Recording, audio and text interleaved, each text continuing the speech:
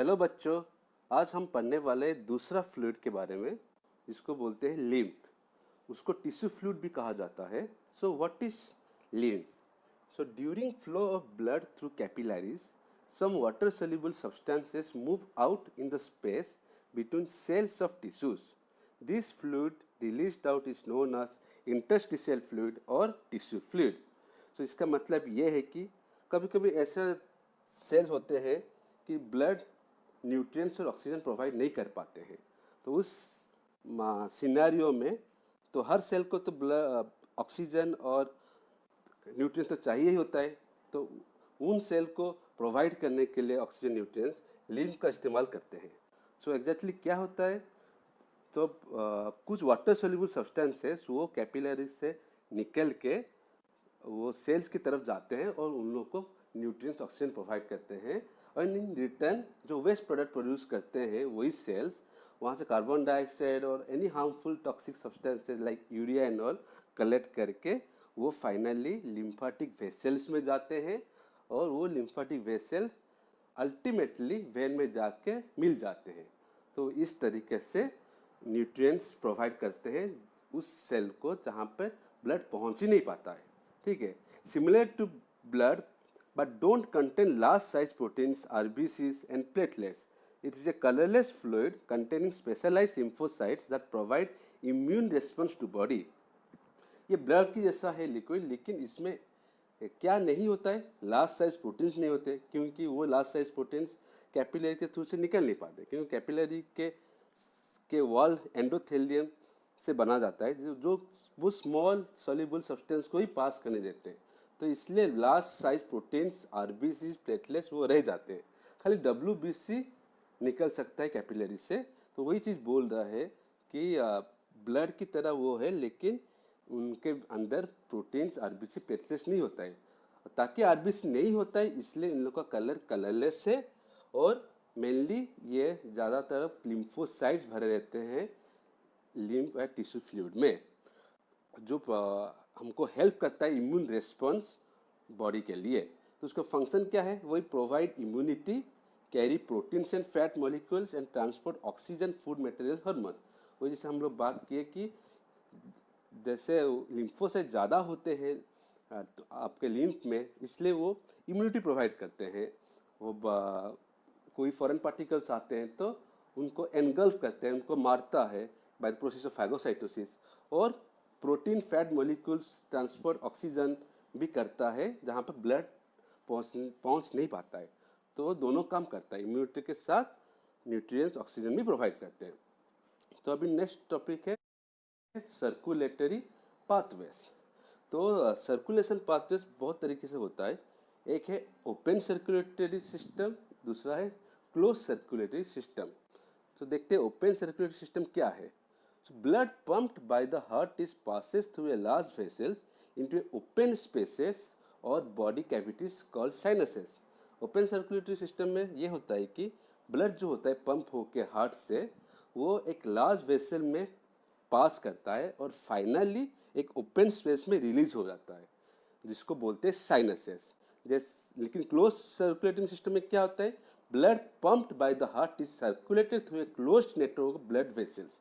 इसमें close circulation system में क्या होता है? ब्लड पंप होता है हार्ट से, लेकिन सर्कुलेट करता है क्लोज नेटवर्क ब्लड वेसल से, वो बाहर निकलता नहीं है, उसी के अंदर ही क्लोज लूप में ही घूमता रहता है, इसलिए उसका नाम है सर्कुलरी सिस्टम, क्लोज सर्कुलरी सिस्टम। तो ओपन सर्कुलरी सिस्टम का एग्जाम्पल क्या है? आर्थ्रोपॉड्स, मलस, ये सब एग्जाम्पल है जिसमें ब्लड वेसल पूरा कंप्लीट नहीं होता है, कंप्लीटली क्लोज नहीं होता है। और क्लोज सर्कुलरी सिस्टम के एग्जाम्पल है एनालिड्स, कोर्डेट्स। इनमें पूरा ब्लड वेसल्स क्लोज रहता है, उनके अंदर ही ब्लड वेसल्स सर्कुलेट करता है ताकि प्रॉपर डिस्ट्रीब्यूशन ऑफ ब्लड मिले हर सेल को। तो ये भी अभी 3 टाइप में डिवाइड है। एक तो है 2 चैम्बर्ड हार्ट, सेकेंड है 3 चैम्बर्ड हार्ट और थर्ड है 4 चैम्बर्ड हार्ट। तो एक फिशेस का एग्जाम्पल है कि उनके पास एक हार्ट है जहाँ पे 2 चैम्बर है, जो 2 चैम्बर होते हैं आर्टरिया और वेंट्रिकल। और सेकेंड में है जो एम्फीबियंस रेप्टाइल्स होते हैं, एक्सेप्शन एक है क्रोकोडाइल्स, उनमें हार्ट 3 चैम्बर होते हैं, 2 आर्टरिया और 1 वेंट्रिकल। और जो क्रोकोडाइल्स, बर्ड्स एंड मैमल्स है, जैसे ह्यूमन बींग्स, उन लोगों के पास 4 चैम्बर्ड हार्ट होते हैं, मतलब 4 भाग में वो हार्ट भागा हुआ है। तो मतलब 2 आर्टरिया और 2 वेंट्रिकल्स होते हैं, ठीक है। तो अभी देखते हैं डायग्राम कैसे ब्लड फ्लो करता है। तो फिश के केस में देखिए, ये हार्ट है। आज fish is a 2 chambered heart, देखो इसके पास एक ही आर्टरिया है और एक ही वेंट्रिकल है, ठीक है। तो क्या करता है, गिल्स जो है, वहाँ पर फिशेस में तो लंग्स होते नहीं है, वो लोग ऑक्सीजन लेते हैं थ्रू गिल्स। तो क्या करता है, गिल्स में बहुत सारे कैपिलरीज होते हैं जो एक्सचेंज ऑफ गैसेस करते रहते हैं। जब वो गैस, ऑक्सीजन गैस लेता है तो डिफ्यूज होता है गिल्स में, और वही ऑक्सीजनेटेड ब्लड ट्रांसफ़र करता है हर सेल को। फिर सेल वही ऑक्सीजन न्यूट्रिएंट्स को लेके एनर्जी प्रोड्यूस करता है, फिर वेस्ट प्रोडक्ट निकाल से कार्बन डाइऑक्साइड निकाल के वो फिर से वही डीऑक्सीजनेटेड ब्लड को फिर से हार्ट में पास करता है। तो ऐसे एक साइकिल बनता है। इससे पता चलता है कि ब्लड एक ही बार जाता है हार्ट के अंदर, इसलिए इसको बोला जाता है सिंगल सर्कुलेशन। मतलब blood flows through the heart only once in a single circulation. तो ये एक एग्जाम्पल है फिशेस का। लेकिन एम्फीबियन रेप्टाइल्स में क्या होता है, हार्ट 3 चैम्बर होता है, एक राइट एट्रिया, लेफ्ट एट्रिया और एक वेंट्रिकल। तो वेंट्रिकल में कोई पार्टीशन नहीं है। तो इसमें एग्जैक्टली क्या होता है, जब सेल्स अपना वेस्ट प्रोडक्ट निकालता है तो वो सब डी ऑक्सीजनेटेड ब्लड को हार्ट के अंदर, राइट आर्टरिया के अंदर ड्रेन करता है। उसी सेम टाइम पे जो एम्फीबियंस के होते हैं, एम्फीबियंस के कुछ कुछ एनिमल्स में होते हैं गिल्स, तो किसी किसी में होते हैं लंग्स और स्किन, जिसमें वो लोग एक्सपायर करते हैं। Depend upon what type of organism it is, what type of creature it is, they can use gills या लंग्स या स्किन, कोई भी यूज़ कर सकते हैं रेस्पिरेशन के लिए। उसी टाइम पे क्या करते हैं, जब ब्लड प्यूरिफाई करके ऑक्सीजन ब्लड, उसी सेम टाइम पे वो लोग लेफ्ट आर्टरिया में ड्रेन करते हैं। तो वो ब्लड ड्रेन करता है दोनों आर्टरिया में द सेम टाइम, ठीक है। एक राइट आर्टरिया में डी ऑक्सीजनेटेड ब्लड होता है कलेक्ट सेल से, और लेफ्ट आर्टरिया कलेक्ट करता है ऑक्सीजनेटेड ब्लड फ्रॉम लंग्स, ठीक है। लेकिन दोनों ड्रेन करता है एक सिंगल वेंट्रिकल के अंदर, जिसके कारण डी ऑक्सीजनेटेड ब्लड और ऑक्सीजनेटेड ब्लड मिक्स हो जाते हैं, as in this case। तो वही मिक्स्ड ब्लड फिर से चला आता है गिल्स के पास फॉर प्यूरिफिकेशन, एंड वही मिक्स्ड ब्लड फाइनली जाता है सेल के पास फॉर सेलुलर रेस्पिरेशन। सो इसमें ब्लड 2 बार जाता है हार्ट के अंदर, लेकिन इनकम्प्लीटली जाता है क्योंकि मिक्स हो जाता है ऑक्सीजनेटेड ब्लड और डीऑक्सीजनेटेड ब्लड। तो इसलिए इसको कहा जाता है इनकम्प्लीट डबल सर्कुलेशन। और थर्ड केस है कि क्रोकोडाइल, बर्ड और मैमल्स के बीच में कि उन लोग 4 चैम्बर हार्ट है। तो यहाँ पे देख सकते हो डीऑक्सीजनेटेड ब्लड और ऑक्सीजनेटेड ब्लड सेपरेट ही रहते हैं, कभी मिक्स होते नहीं है। तो यहाँ पर जैसे 2 बार ब्लड हार्ट के थ्रू से जाता है, इसलिए इसको बोला जाता है डबल सर्कुलेशन। इसके बारे में हम थोड़ा डिटेल पढ़ेंगे आगे वाले लेक्चर में। तो अभी नेक्स्ट टॉपिक पे तरफ चलते हैं, ब्लड वेसल्स। तो सर्कुलर सिस्टम में मेनली 3 पार्ट होता है, एक तो ब्लड वेसल्स होता है, एक ब्लड होते हैं और एक होता है हार्ट। तो भाई ब्लड वेसल जानते हैं क्या होता है। जनरली 3 टाइप का ब्लड वेसल्स होता है, एक तो आर्टरी है, वेन है और एक कैपिलरी। तो आर्टरी और वेन का स्ट्रक्चर बेसिकली क्या होता है तो देख लेते हैं। तो बेसिकली 3 लेयर्ड है। The outermost part is known as tunica externa. तो वो किससे बनता है, वो fibrous connective tissue with collagen fibres, lymph vessels and nerve fibres रहता है आउटरमोस्ट में। Middle one is known as tunica media, it is formed of smooth muscle elastic fibers. In the third one, the innermost layer is known as tunica intima. It is formed of elastic membranes and squamous endothelium. तो ये 3 layers है artery और when का। लेकिन capillary में एक ही layer होता है, वो लेयर होता है tunica intima. It is only composed of squamous endothelium, ठीक है। अब देखते हैं कि ये आर्टरी और वेन में डिफरेंसेस क्या होता है। चलो देखते हैं, पहले देखते हैं ब्लड।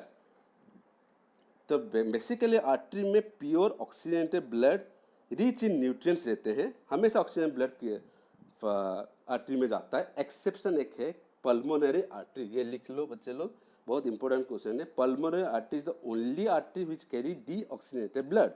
उसी तरीके से वेन, ये हमेशा डीऑक्सीजनेटेड ब्लड कैरी करता है और वेस्ट प्रोडक्ट, उसका भी एक एक्सेप्शन है पल्मोनरी वेन, ठीक है। ये तो हुआ ब्लड के बारे में। अब वॉल्स, आर्टरीज के वॉल जनरली रिजिड, थिकर और मस्कुलर रहते हैं, लेकिन वेन्स का थीन और कोलैप्सिबल नेचर होता है। ये क्यों पता चल जाएगा आगे वाला पॉइंट्स में।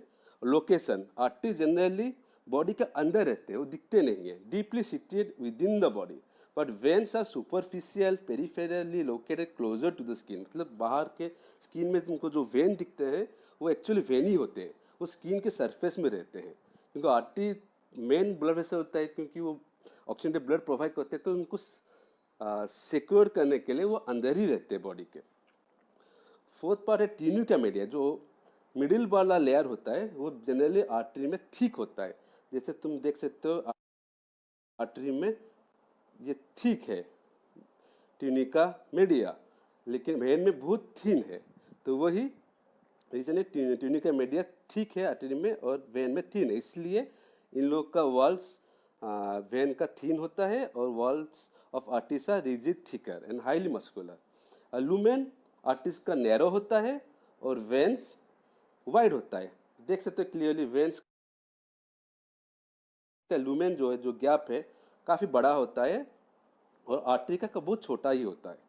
ये एक डिफरेंस है। कलर रेड, रेड कलर क्यों होता है? क्योंकि वो ऑक्सीजनेटेड ब्लड हमेशा कैरी करता है, इसलिए रेड कलर होता है। और वेन्स डीऑक्सीजनेटेड ब्लड कैरी करता है, इसलिए ब्लू कलर दिखने में होता है। और direction of flow, blood flow, जो आर्टरी में हमेशा क्या होता है, from the heart to the body tissues, हमेशा आर्टरी हार्ट से निकलता है और बॉडी टिश्यू के अंदर जाता है, तो उस टाइप का ब्लड वेसल्स को बोलते हैं आर्टरीज। और वेन्स को उल्टा होता है, वो हमेशा from the body tissues to the heart, body tissue से निकलता है और हार्ट की तरफ जाता है, उसी को बोलते हैं वेन्स। फ्लो प्रेशर क्या है? आर्टरी का प्रेशर हाई होता है क्योंकि वो हार्ट डायरेक्टली आर्टरी से पंप करके ब्लड भेजता है बाकी सेल में, इसलिए उसका प्रेशर बहुत ज़्यादा होता है। लेकिन वेन्स क्या करता है, वो बॉडी टिश्यूज से निकलता है और हार्ट की तरफ जाता है, तो उनका प्रेशर बहुत ज़्यादा नहीं होता है, क्योंकि वो वहाँ पर हार्ट प्रेशर मिलता नहीं है उनको। और फाइनली वाल्व्स एब्सेंट होते हैं आर्टरीज में और वेन्स में प्रेजेंट होते हैं। ऐसा क्यों? क्योंकि आर्टरीज में प्रेशर बहुत ज़्यादा ही है, तो उनको वाल्व्स की ज़रूरत होता ही नहीं है, क्योंकि उतना प्रेशर से वो अपने रेस्पेक्टेबल बॉडी सेल्स पहुंच जाता है ब्लड। लेकिन वेन्स क्योंकि ब्लड टिश्यू से निकलता है, उनके पास कुछ प्रेशर होता नहीं है, तो इसलिए पूरा ब्लड वेन्स में वाल्व्स प्रेजेंट रहते हैं, ताकि ब्लड बैकफ्लो ना हो के वापस बॉडी टिश्यू के पास ना जाए। जब वाल्व्स इंश्योर करता है कि बैकफ्लो ऑफ ब्लड ना हो, तो धीरे धीरे स्लो प्रेशर के साथ वो हार्ट की तरफ जाता है, इसलिए उनको वाल्व्स की ज़रूरत है। तो यही सब डिफरेंस है आर्टरीज और वेन्स के बीच में। तो आगे हम लेक्चर 4 में डिफरेंट टॉपिक्स के बारे में पढ़ेंगे। सो अभी के लिए थैंक यू।